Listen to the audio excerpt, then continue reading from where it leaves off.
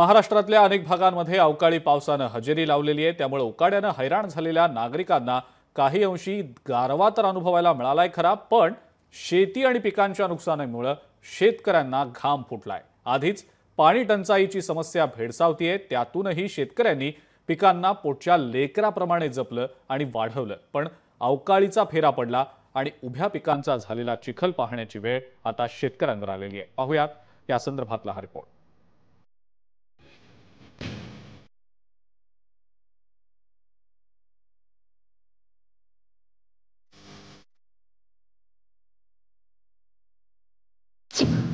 अवकाळीमुळे शेतकऱ्यांचं मोठं नुकसान, जीवापाड जपलेल्या शेतीचा चिखल, शेतकऱ्यांना नुकसान भरपाई मिळणार का?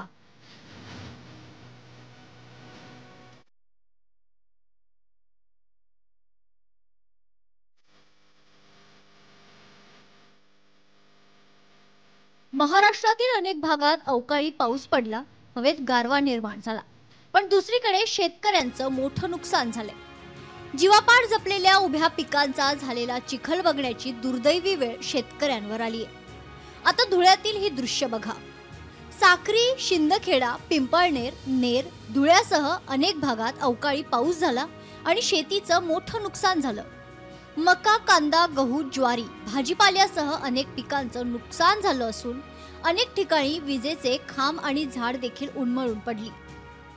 माझा कांदा 12 एकर आहे, पेरूची बाग 7-8 एकर बाग आहे। याचं पूर्णपणे नुकसान झाल्यावर जवळ गावातील सगळ्या शेतकऱ्यांचं नुकसान झालं, ज्यांचं कांदा पीक आहे त्यांचं। अवकाळी पाण्यामुळे आंबे खाली पडले पूर्ण, आता मी पोट कसं भरायचं?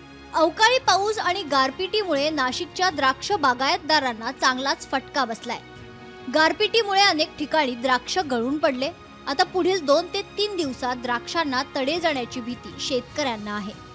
अवकाळी पाऊस पण झाला, काही ठिकाणी वादळ पण झालं आणि शेती पिकाचं नुकसान झाल्याच्या आलेल्या तक्रारीच्या अनुषंगाने कृषी विभाग, ग्रामविकास आणि तलाठी यांच्या माध्यमातून त्याच्या सगळ्यांच्या प्राथमिक अंदाज घेऊन शासनाला याबाबत प्राथमिक अहवाल सादर करण्यात आला। नागपुरात काही ठिकाणी झालेल्या तुरळक पावसामुळे कृषी उत्पन्न बाजार समितीत विक्री करता आणलेलं शेतकऱ्यांचं धान्य भिजून बळीराजाचं नुकसान झाले। हवामान विभागाच्या इशाऱ्यानंतरही नागपूरच्या कृषी उत्पन्न बाजार समितीनं कुठलीही खबरदारी न घेतल्यामुळे मोठ्या प्रमाणात उघड्यावर असलेलं शेतकऱ्यांचं धान्य भिजले। 1.5 एकरची बाग होती आणि जवळ कमी 8 ते 9 लाखाचं नुकसान झालंय आमचं। या पावसामुळे जवळपास तो 20 रुपये किलोनी आता बेदाण्याला द्यावं लागेल। जवळपास 40 ते 45 रुपये एका किलो मागे आमचं नुकसान झालेलं। अकोल्याच्या तेल्हारा तालुक्यात रात्रीच्या सुमारास अचानक वादळी वाऱ्यासह मोठ्या प्रमाणात अवकाळी पाऊस बरसल्याने शेतातील पिकांचं मोठ्या प्रमाणात नुकसान झालंय।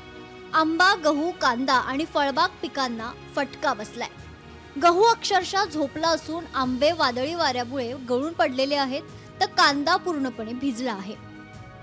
मागील 2 दिवसापासून विदर्भात सुरू असलेल्या पावसामुळे जे आहे ते नागपूरच्या कळमना मार्केटमध्ये मोठा फटका बसलाय। आपण दृश्यांमध्ये जर पाहाल तर या ठिकाणी साठवण्यात आलेली जी गव्हाची पोती होती ती रात्री आलेल्या पावसामुळे जे आहे ते एकूणच भिजून गेलेलं आहे। त्यामुळे मोठं नुकसान यामध्ये जे आहे ते शेतकऱ्यांचं आणि व्यापाऱ्यांचं झाल्याचं दृश्य या ठिकाणी एकूणच पाहायला मिळतंय।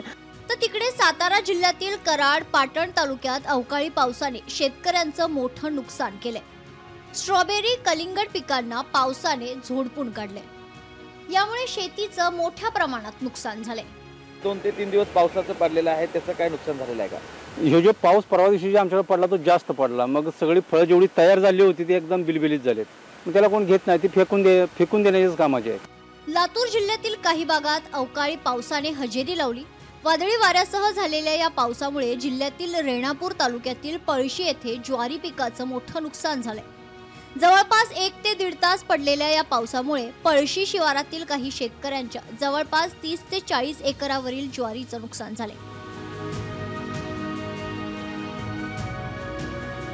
तुम्ही हा जो रस्त्यावर बर्फाचा खच पाहत आहात तो काश्मीरचा नसून साताऱ्यातील कराडचा आहे।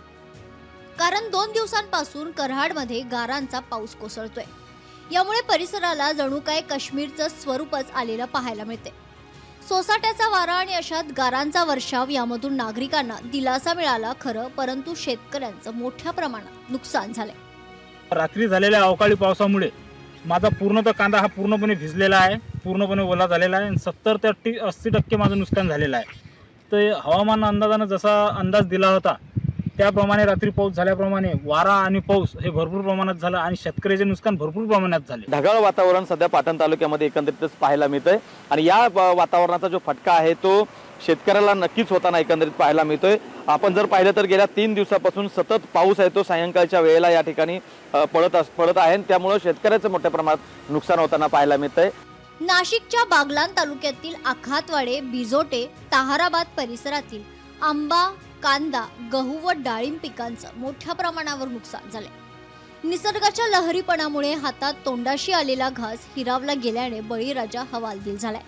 काही ठिकाणी वीज पडून शेतकऱ्यांची जनावरे देखील मृत्युमुखी पडलेत.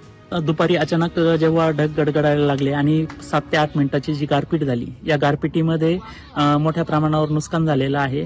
व्यापाऱ्याने 65 रुपयाने सुरू केलेली ही द्राक्ष बाग अचानक फोन करून ती बंद करण्यात आलेली आहे. त्याच्यामुळे आज आलेले जेवढे मजूर वर्ग आहे त्यांनाही घरी काढून देण्यात आलेले आहे. जाळ्या वगैरे सगळं घरी नेण्यात आलेलं आहे. एकूणच महाराष्ट्रातील अनेक जिल्ह्यात अवकाळी पाऊस कोसळला. त्यामुळे शेतकऱ्यांनी जीवापाड जपलेल्या पिकांचा अक्षरशः चिखल झालाय. म्हणूनच सरकारने आता शेतकऱ्यांवर कोसळलेल्या संकटाकडे संवेदनशीलतेने बघावं आणि नुकसान भरपाई द्यावी अशी मागणी केली जाते. ब्युरो रिपोर्ट, लोकशाही मराठी.